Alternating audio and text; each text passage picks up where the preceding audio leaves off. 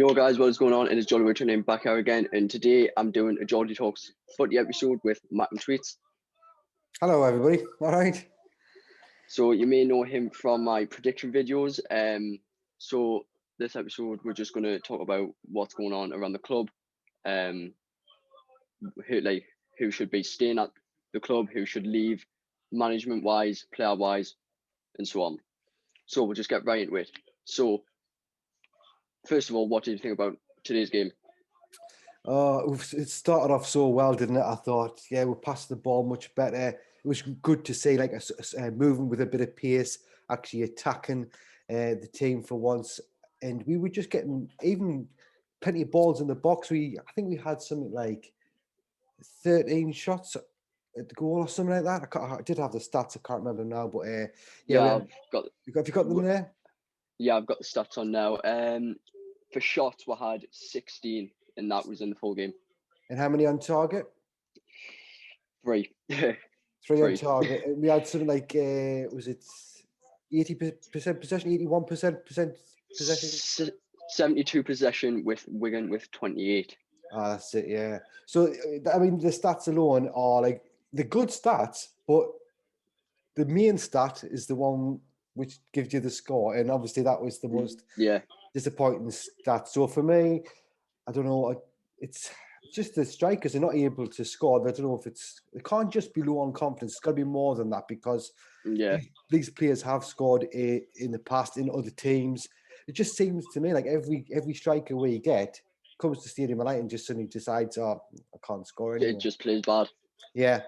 So as for the game, like I say, the first half, I would say, I was quite happy with it. I was thinking, apart from the goal, obviously, but then I thought second half was just really bad, just so frustrating, so depressing again. Like I've got like reactions to do on my own channel, as you know, and I haven't even been able to record mine yet. So I've managed to calm down now. I wasn't happy with it one bit. Nah, like I would have thought we came out strong in the first half with the way we were moving the ball and with the lineup as well. Like as soon as we seen McGeady in there, Twitter just went upwards. It went from the fans saying, from last week Parkinson out to this week it's McGeady's in, he might do well. And he did, didn't he? I think he was our best player, to be honest with you. Yeah, got took off after 75 minutes, I do believe. Around about that mark. Yeah, to be honest, I think that's fair enough. And he hasn't played many games, if any, really. So, yeah. So, what do you think of Lee Johnson, our new head coach? Well, I didn't really know until I found out he was coming. Almost coming. I didn't really know a great deal about him. I don't really follow many other teams. It's only like Sunderland that I really take much notice of. So I didn't know a massive amount about them. But I thought I could tell from other people's reactions, well, most people's reactions, that I thought it would be a good appointment. So I've done a bit of like sort of research as such, been on YouTube, watching him, the way he talks to the players and that. There's a video up there where he's talking to the players like with a hidden mic sort of thing in there.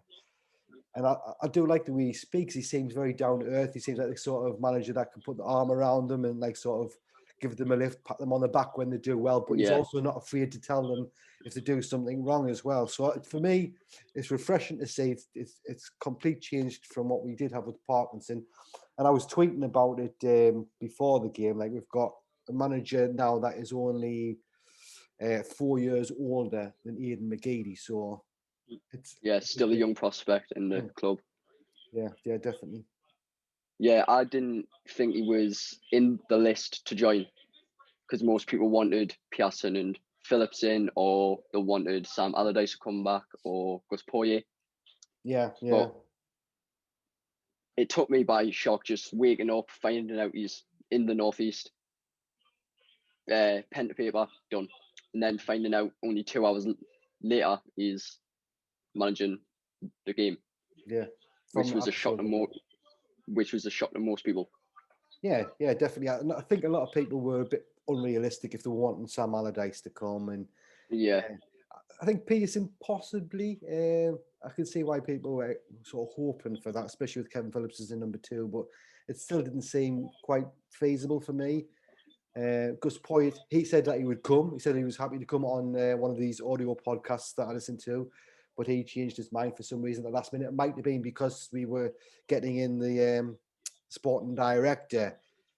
What's his name again? Speakman. Speakman, yeah, I think that's his name. Christian Speakman. Speakman, yeah. Yeah. So that might have put Poirier off, but I think he would have done well. But to be honest with you, I'm quite happy to give this new guy a chance. You know, he deserves to get through the January transfer window. Hopefully, either get rid of some of the dead wood and bring in some quality players, and it might make a difference. We need to do something, don't we? So yeah, like if we don't manage to get the players in and the takeover done, then we're going to be in League One again. Or definitely. If not, we're just going to push playoffs, and we might not make it then. Yes, we don't have much luck when it comes to playoffs, do we? I just don't really. I mean, I live down south, so it'd be nice to go to Wembley again if we were allowed in, which probably wouldn't be. But yeah, I mean, we could see another McGeady free kick. Yeah, that's something we could see again. Yeah, definitely. So on the topic of takeovers, do you still believe, or not, William Story bid? Because I know he went on Look North and had an interview. Yeah, I'm one of the few that actually quite like him. I think his bid's genuine. I can't see Luke North taking a piece of paper that's got a load of bollocks on it and just accepting it as proof. So I think he has got a bid in. I think he's got backers. I think he's probably got money. I don't know how good he would be at actually owning a club. I think he seems to have a bit of a big ego, which might affect how good he is at running it, because I've even seen on Twitter where he's sort of had slung insults at Sunderland fans. And for me, that's not very professional. It's not a very professional way to start wanting to own a club. So I can see why a lot of people don't like him. I'm not bothered about his past. I don't care if what he's done with Formula One. I'm a massive Formula One fan. I know a lot about Formula One. So for me, I think he was pushed out of that. I think he was squeezed out by Red Bull, who didn't want another energy drink competing. I think there's always been a lot of politics and a lot of corruption in Formula One at the top end level. So I'm not really bothered about that. So yeah, I don't know. I wouldn't be too disappointed if he came in. I'd be a bit nervous. I think I'd be nervous whoever comes in, really. This other lot, because it's not full control. But I don't know. I do quite like him for some reason. He's a bit mad, but I do like him. I know he said he was coming in with a 45 million, I think. And this Sastori, and I don't know the Frenchman's name, was coming in with about 25-30 million. Yeah, that's because he's keeping some of his stake, isn't he? Stuart Donald and Charlie. Yeah.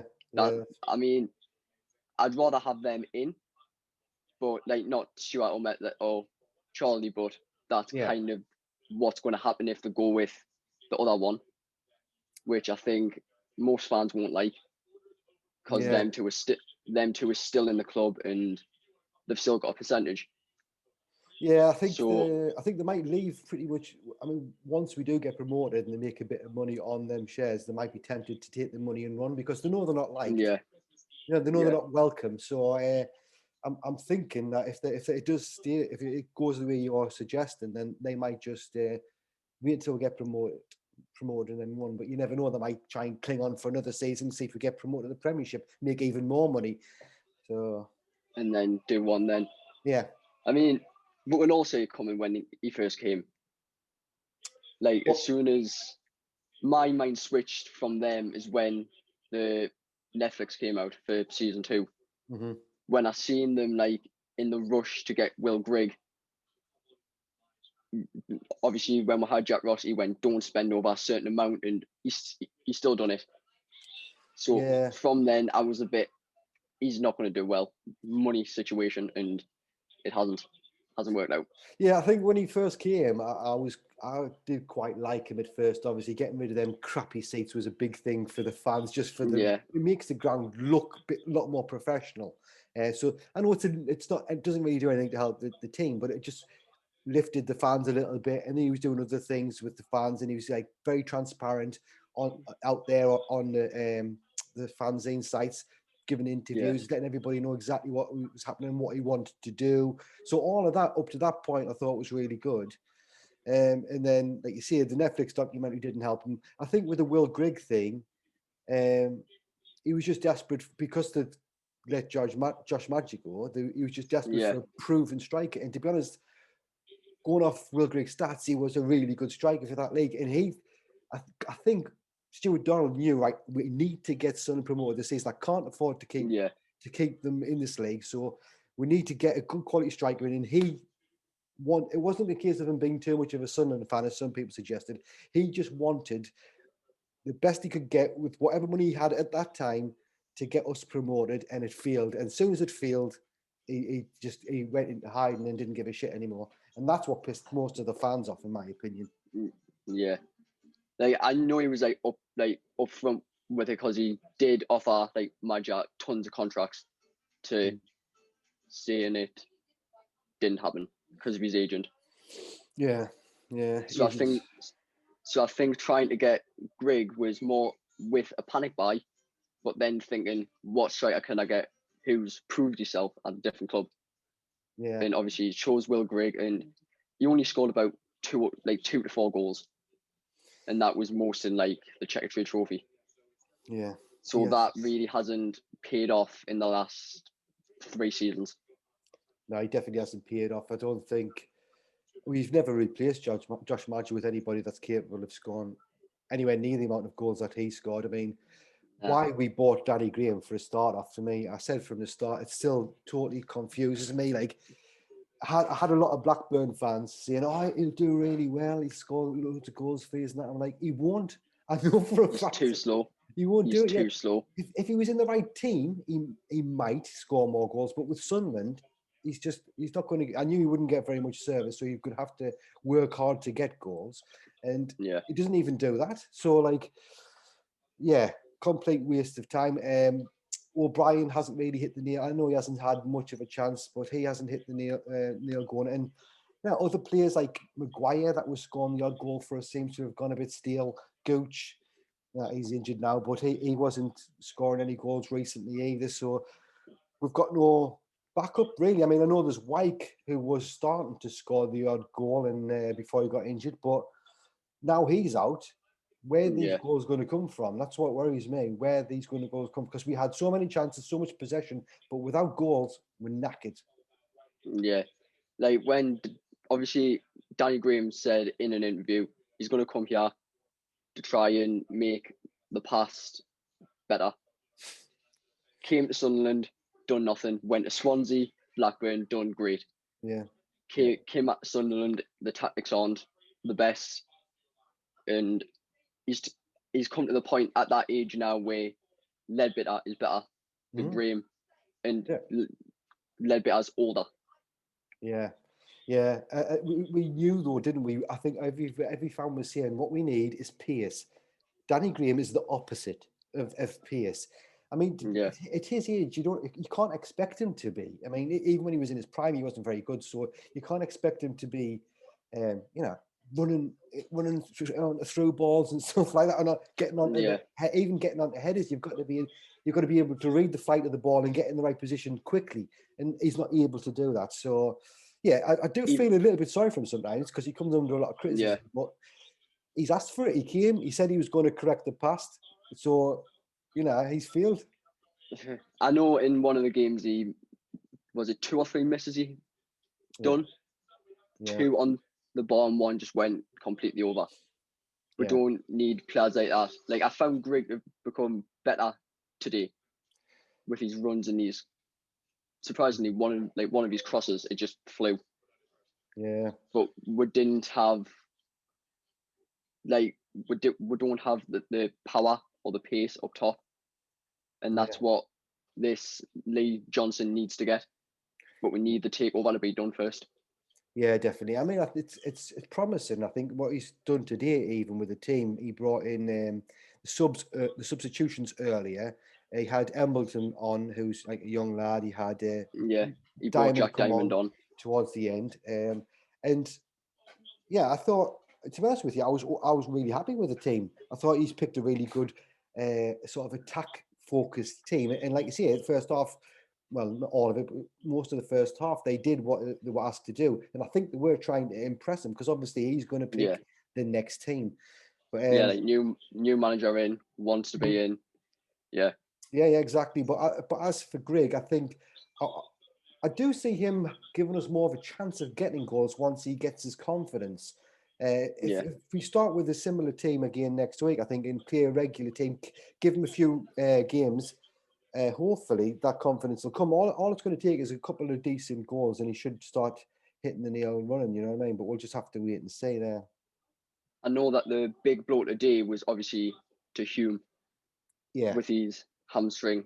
I don't know if they've announced how long he's going out for, but I know we've got most defenders are out now.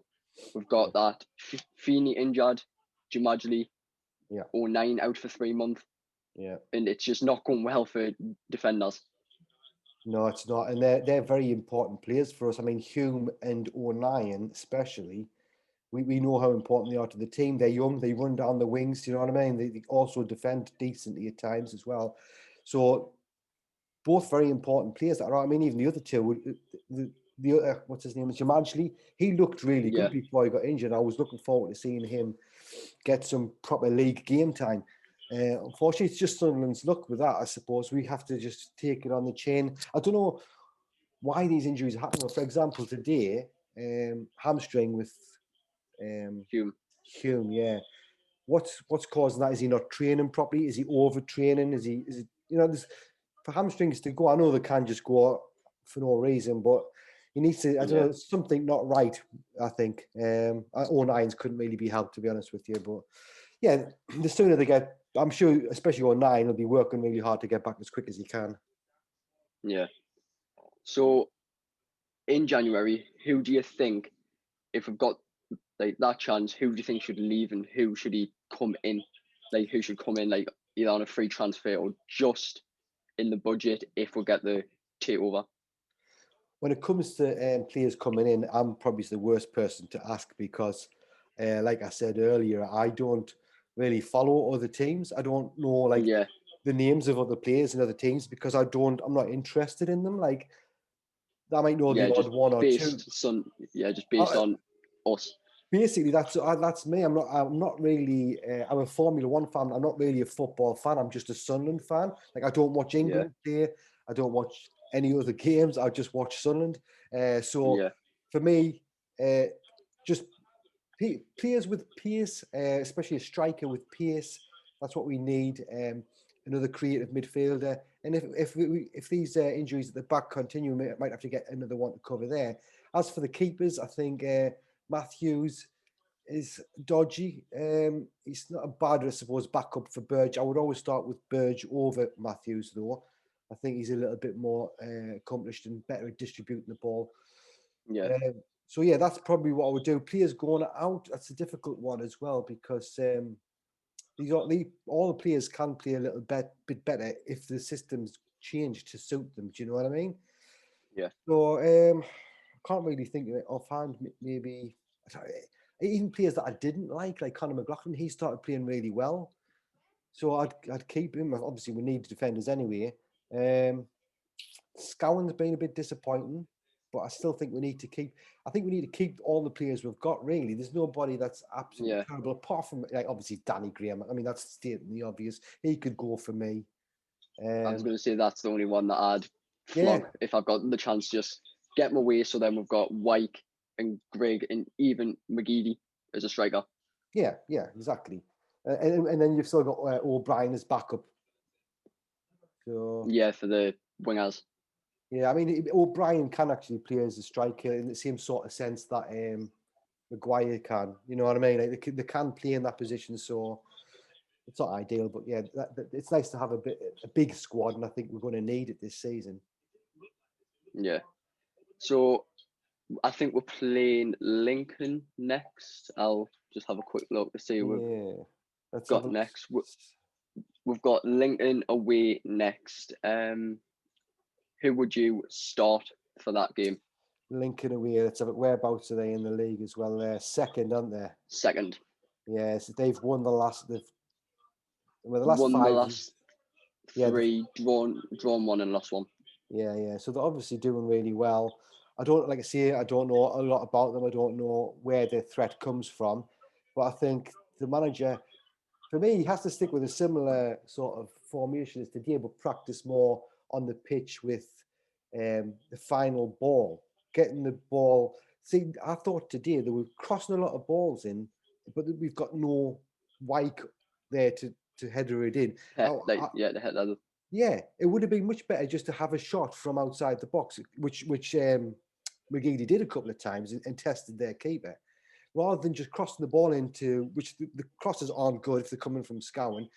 So rather than do that, just have a shot from outside the box. We know Max Power can score from outside the box. We know Grant Ledbetter can score from out the box. McGeady can, even Maguire. So there's 4 decent options. There should be. That's what I would do. I would just change the tactics a little bit. Take shots, take risks from out the box, throw balls through the middle rather than going down the wings. Obviously, chuck a few wing shots in now and again, but that's what I would personally do. And I'd try and stick with the same team. They were played really good in the first half, and I think once the goal went in, it just dropped the heads, which it shouldn't happen, but it did. Yeah.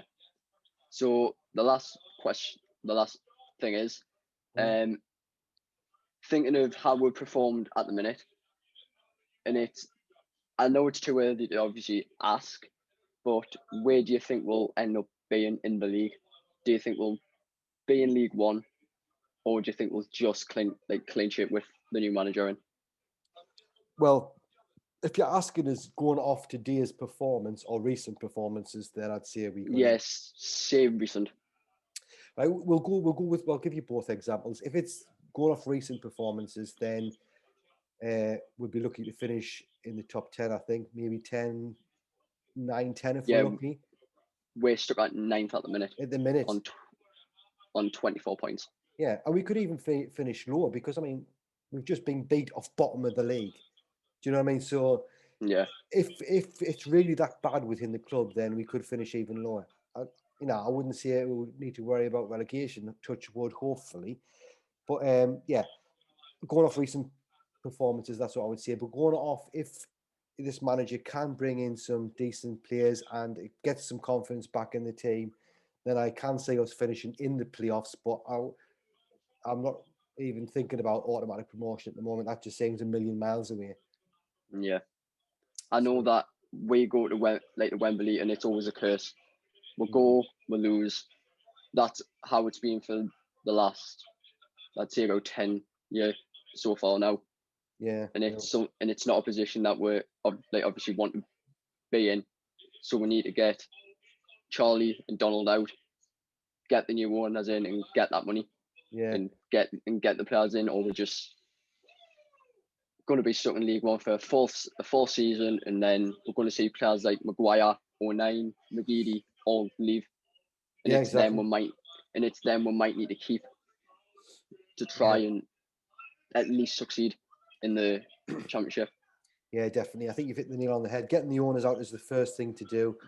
It's got to be happening soon. I mean, for us to get a new sporting director, get a sporting director and get a new head coach.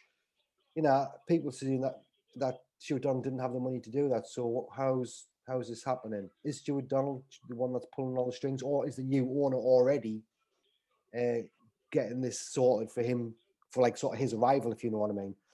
I think that might be what happened. And so I'm trying to be optimistic and thinking that this takeover is going to happen soon. But with Sunderland, you never know, especially when it comes to takeovers. It could never happen yet. You know what I mean? Yeah. I know for a few similar rumours going about at the minute, it's with this Sestorian, the young lad from France, who's obviously invested in other clubs.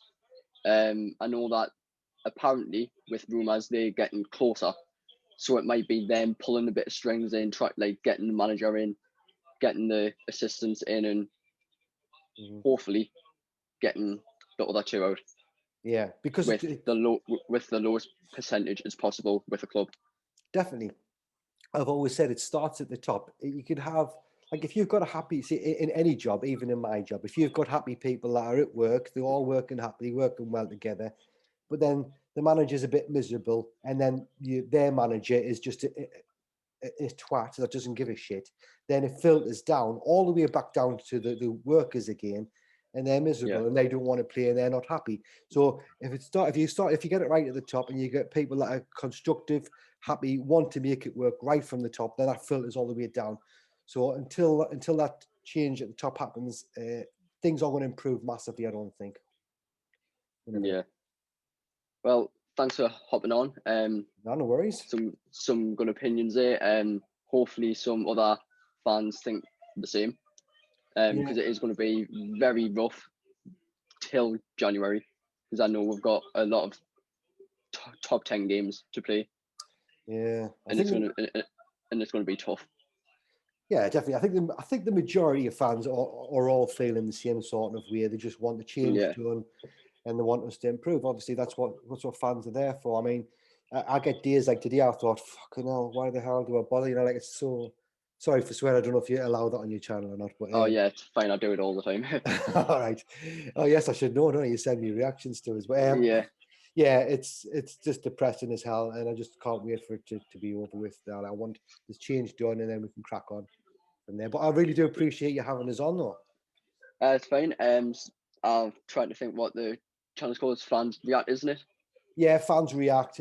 We just basically do, if anybody hasn't seen it, we just do reactions to the games. Jordan sends his reaction. He usually is about 5, 6, 7, 8, 9, sometimes 10 other people send reactions. There's a podcast which we do now and again on there as well with Sunderland fans on, sometimes YouTubers. Jordan's been on that one. And there's another show called Way Down South, which one of the lads on Twitter has started doing with his friend Dan. That's really interesting. That's usually talking about how the game went and giving player ratings and things like that. So there's lots happening on there. If you haven't subscribed or if you haven't seen it, just go over and check it out. And if you like it, then of course subscribe. The link will be down in the description as always. I'll leave the Twitter down below if you want to give the channel a follow or himself. But yeah, thanks for coming on. No worries. But that's it. This is the first episode, so hope to see you guys next week. And I think next week for the predictions against Lincoln. So yeah, like, comment, subscribe. Peace out. See ya.